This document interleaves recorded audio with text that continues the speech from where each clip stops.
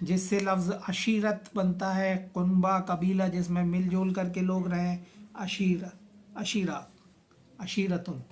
کنبہ قبیلہ، معاشرہ